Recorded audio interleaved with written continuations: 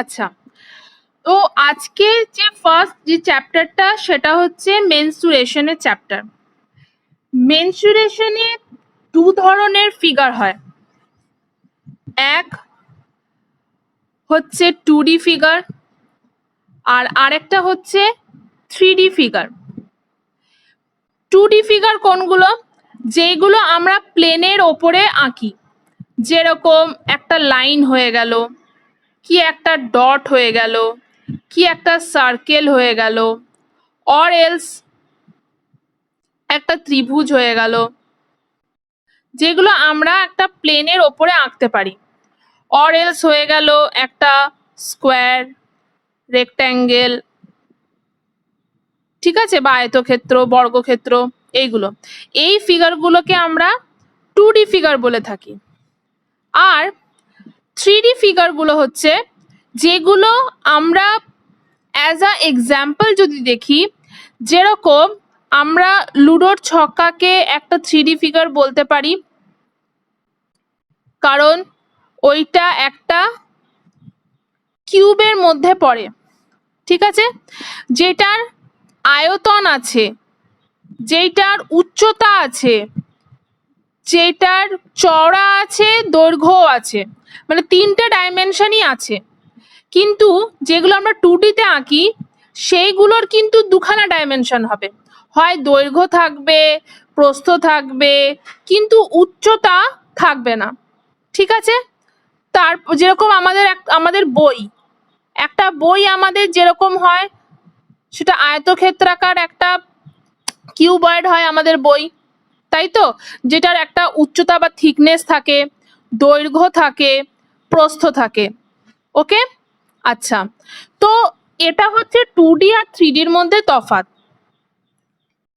এখন আমরা আস্তে আস্তে সংজ্ঞা অনুযায়ী 2D ব্যাপারে জানবো, শুধু সংজ্ঞা অনুযায়ী, ঠিক আছে।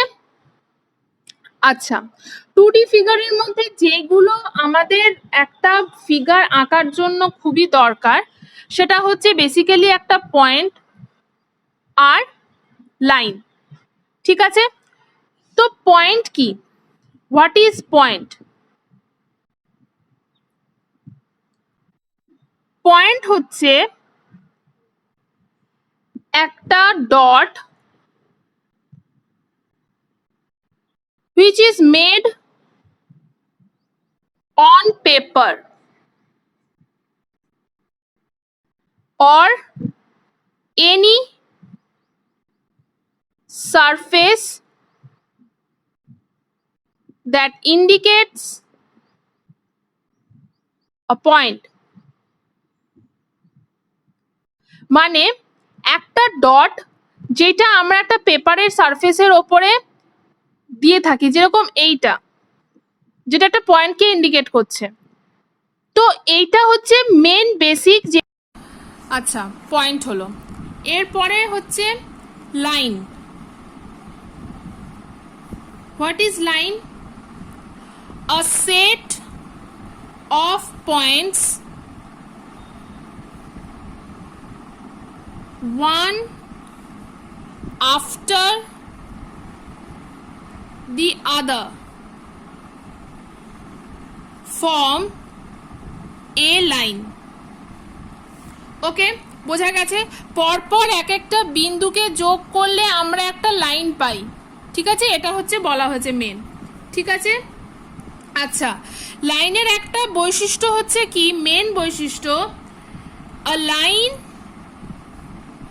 does not have an end point। একটা লাইন অসীম পর্যন্ত আমি টানতে পারি, এর কোনো এন্ড পয়েন্ট হয় না, ঠিক আছে। আচ্ছা, এটা হচ্ছে ওয়ান অ্যান্ড অনলি বৈশিষ্ট্য একটা লাইনের। আচ্ছা, এরপরে যেটা হচ্ছে আমাদের সেটা হচ্ছে কি না, প্যারালাল লাইন। ওকে, আচ্ছা, হোয়াট ইজ প্যারালাল লাইন?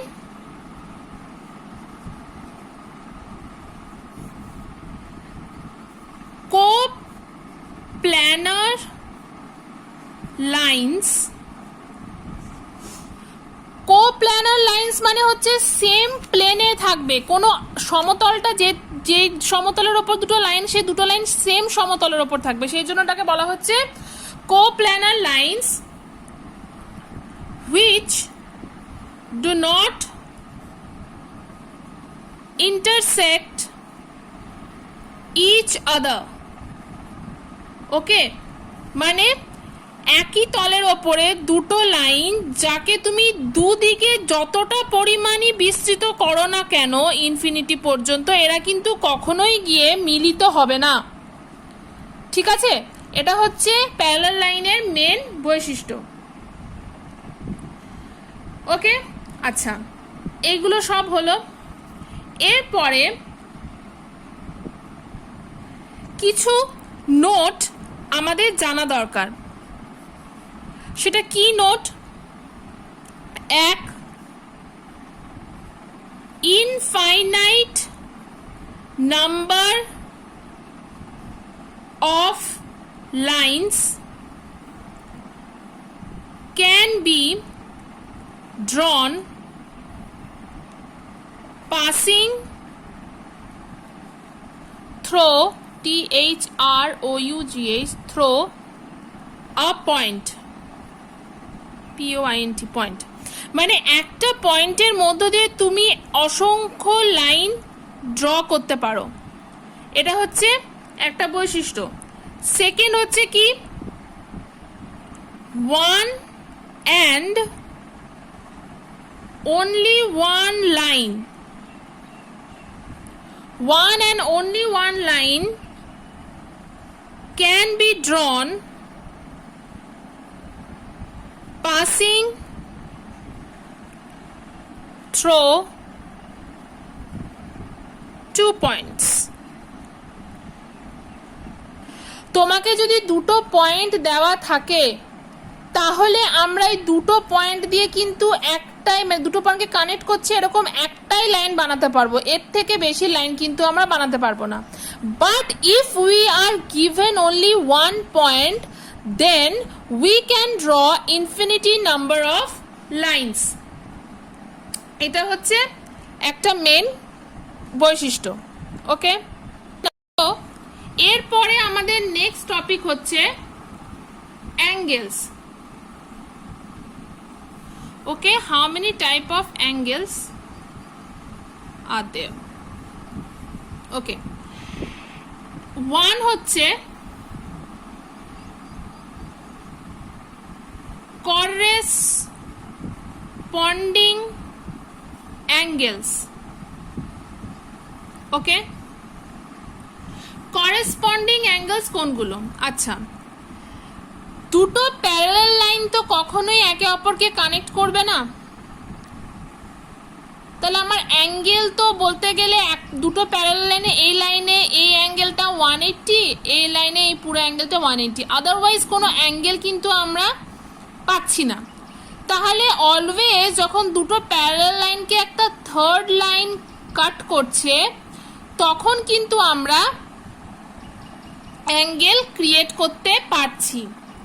এখন যতগুলো এখানে, মানে এই একটা অ্যাঙ্গেল, এই একটা অ্যাঙ্গেল, এখানে এখানে চারটে অ্যাঙ্গেল, আবার এখানেও চারটে অ্যাঙ্গেল, এগুলোকে আমি আগে নাম্বারিং করে দেবো, তাহলে আমাদের কোনটা কি অ্যাঙ্গেল বুঝতে সুবিধা হবে। নাম্বারিং যখন করছি, এই ফার্স্ট অ্যাঙ্গেলটা নাম্বার 1 দিলাম, সেকেন্ড অ্যাঙ্গেলটা নাম্বার 2 দিলাম, এইটা দিলাম 3, আর এইটা দিলাম 4। সেম ভাবে এইটা হয়ে গেল 5, এইটা 6, এইটা 7 দিলাম, এইটা দিলাম 8। ওকে, আচ্ছা, now what are corresponding angles? এইখানে এই যে 1 অ্যাঙ্গেলটা আর এই যে 5 অ্যাঙ্গেলটা, these two angles are known as corresponding angles. These angles are always congruent. That means এই দুটো অ্যাঙ্গেল সব সময় সমান হবে, মানে যখন দুটো লাইনকে একটা থার্ড লাইন ক্রস করছে তখন আমার যেই বিপরীত মানে এই থার্ড লাইনের একই পাশে দুটো লাইনের সাথে যে অ্যাঙ্গেল তৈরি হচ্ছে, এই অ্যাঙ্গেলটা ওকে, এই দুটো অ্যাঙ্গেল অলওয়েজ ইকুয়াল হবে। ফাইন, ওকে। তাহলে এখানে আমার করেসপন্ডিং অ্যাঙ্গেল কোনটা হলো? 1 আর 5। এটা হচ্ছে নিয়ম। এই থার্ড লাইনের একই পাশে থাকতে হবে এরকম দুটো অ্যাঙ্গেল, যেটা দুটো লাইনের ওপর অবস্থিত, সেই অ্যাঙ্গেল দুটোকেই বলা হচ্ছে একে অপরের corresponding angles. Number 2 is alternate angles.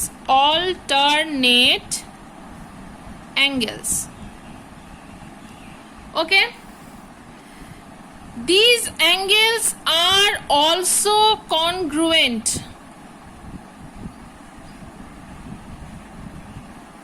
Fine. তো এখানে আমার অল্টারনেট অ্যাঙ্গেল আমরা কোনটাকে বলবো?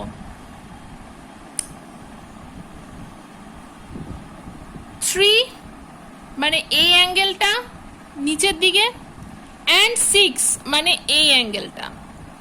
ওকে, তাহলে আমার কোনটা হচ্ছে? দুটো সমান্তরাল লাইনকে থার্ড লাইন যদি কাট করে, তাহলে আমার এই যে অ্যাঙ্গেলটা তৈরি হচ্ছে আর এই যে অ্যাঙ্গেলটা তৈরি হচ্ছে, এই দুটো ইকুয়াল অ্যাঙ্গেল হবে। কাইন্ড অফ মানে আমার যদি এরকম একটা ব্যাপার হয়, জেড, আমি যদি একটা কল্পনা করি, এটা তো আমার এক ধরনের জেডেরই মতো। তো এই জেডের এক পাশের এই অ্যাঙ্গেলটা সেম ওই কাটিং লাইনের, আর অপোজিট পাশের অন্য লাইনের ওপর অবস্থিত এই অ্যাঙ্গেলটা, এই দুটো always congruent, that means equal হবে, and these two angles are known as alternate angles. তাহলে আমার এই ফিগার 1 অনুযায়ী আমার এখানে করেসপন্ডিং অ্যাঙ্গেল হলো 1 আর 5। এক্সাম্পল আমি লিখে দিলাম 1 আর 5 আমার করেসপন্ডিং অ্যাঙ্গেল হলো। আবার এই ফিগার অনুযায়ী আমার অল্টারনেট অ্যাঙ্গেল হলো 3 and 6। এক্সাম্পল অনুযায়ী আমি লিখে দিলাম 3 and 6। Okay, fine. Now next হচ্ছে ইন্টার অ্যাঙ্গেলস।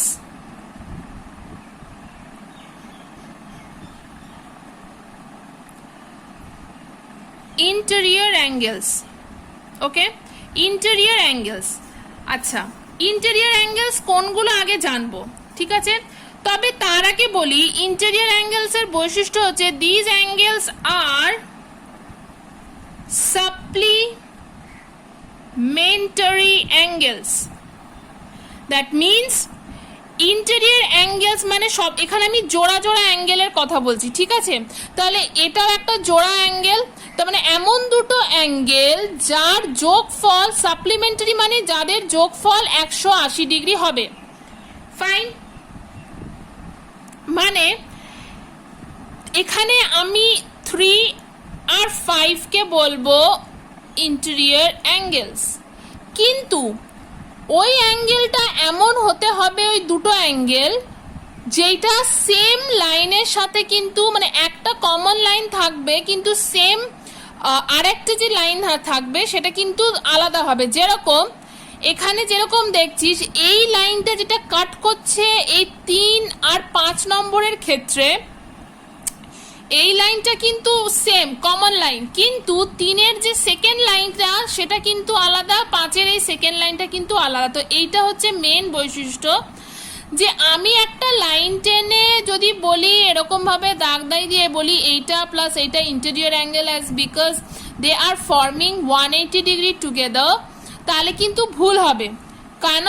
কারণ এইটার এই বাহু দুটো সমান, আবার এই বাহুটাও সেম বাহুর ওপরেই তারা অবস্থান করছে, কিন্তু এখানের ক্ষেত্রে সেটা হবে না।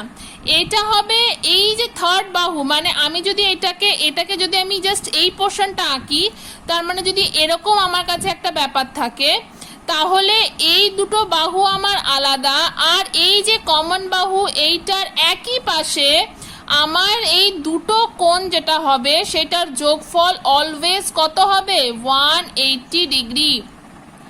This is known as interior angles, মানে ভেতরের দিকে অ্যাঙ্গেলগুলো যেটা একটা কমন বাহু থাকবে সেই বাহুর একই পাশে অবস্থিত হবে, আর তার আরেক দুটো সেকেন্ড বাহুটা কি হবে না আলাদা আলাদা হবে, সেম বাহু হবে না। তো সেক্ষেত্রে এই বৈশিষ্ট্যগুলোকে যদি এইটা মানে ফলো করে, তবেই ক্যারেক্টারিস্টিক্সগুলোকে ফলো করলে সেই অ্যাঙ্গেলটাকে আমরা কি বলবো? Interior angles. ওকে, আচ্ছা, এইগুলো হচ্ছে অ্যাকর্ডিং টু লাইন্স আমি তিনটে অ্যাঙ্গেলে ভাগ করলাম। এরপর অ্যাকর্ডিং টু ভ্যালু, মানে কোণের মান অনুযায়ী আমরা কোণকে কত ভাগে ভাগ করতে পারবো। ওকে, like 1 is acute angle, 2 is obtuse angle, 3 is right angle, 4 is straight angle, 5 reflex angle, 6 adjacent angle,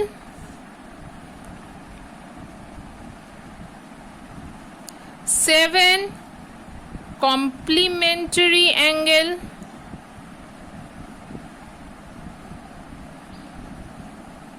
and last 8 supplementary angle.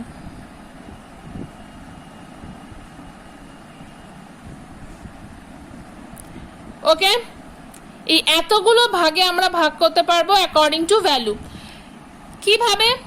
First, if we focus on acute angle,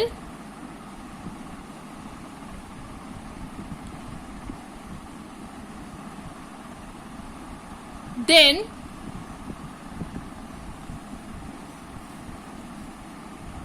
আমরা অ্যাকিউট অ্যাঙ্গেল কাকে বলবো? যেটার ভ্যালু 90 ডিগ্রি থেকে less than 90 degree. Okay, যেই অ্যাঙ্গেলের value less than 90 degree সেটাকে বলবো acute angle. Acute angle, ঠিক আছে। অ্যাকর্ডিং টু ভ্যালু এবার আমরা অ্যাঙ্গেলকে কটা ভাগে ভাগ করতে পারি? টোটাল আমরা 8টা ভাগে ভাগ করতে পারি। সেটা আমরা বলা হয়েছে কি কি অ্যাঙ্গেল, সেটা আমি বলছি। ভ্যালু অনুযায়ী ফার্স্ট হচ্ছে আমার অ্যাকিউট অ্যাঙ্গেল, যেই অ্যাঙ্গেলের ভ্যালু লেস দেন 90 সেটাকে আমরা অ্যাকিউট অ্যাঙ্গেল বলবো। আচ্ছা, অবটিউজ অ্যাঙ্গেল, যেই অ্যাঙ্গেলের value greater than 90 and less than 180 degree সেই অ্যাঙ্গেলটাকে বলবো অবটিউজ অ্যাঙ্গেল। রাইট অ্যাঙ্গেল সবাই জানে, যার value is equals to 90 degree সেটাকে আমরা বলবো right angle. What is straight angle, এটাও সবাই জানে, যে অ্যাঙ্গেলের value is equals to 180 degree সেটাকে আমরা বলবো straight angle. Okay, now what is reflex angle? Reflex angle হচ্ছে যেই অ্যাঙ্গেলের value is greater than 180 degree but less than 360 degree সেটাকে বলবো রিফ্লেক্স অ্যাঙ্গেল। না, what is adjacent angle? Adjacent angle হচ্ছে when two angles, the sum of two angles is 90 degree, that angle is known as adjacent angle.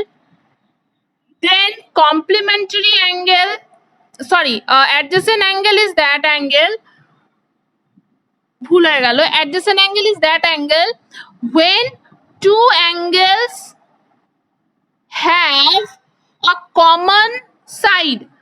যেমন এই ধর দুটো angle আছে, আমার angle A and angle B, তো সেক্ষেত্রে এই অ্যাঙ্গেল এ আর অ্যাঙ্গেল বি এর কমন সাইড একটা আছে, যেটা হচ্ছে এই মাঝখানের লাইনটা কমন, অ্যাঙ্গেল এ তেও আছে অ্যাঙ্গেল বি তেও আছে। only then that type of angles we can call is adjacent angles। now complementary angle কি, সেটা হচ্ছে যখন sum of two angles is 90 degree, সেটাকে বলা হবে complementary angles। লাস্ট হচ্ছে supplementary, when এক্ষুনি বললাম যেটা sum of two angles is 180 degree, সেটাকে বলা হচ্ছে সাপ্লিমেন্টারি অ্যাঙ্গেলস। ওকে, তাহলে এতদূর আশা করছি সবাই বুঝতে পেরেছো।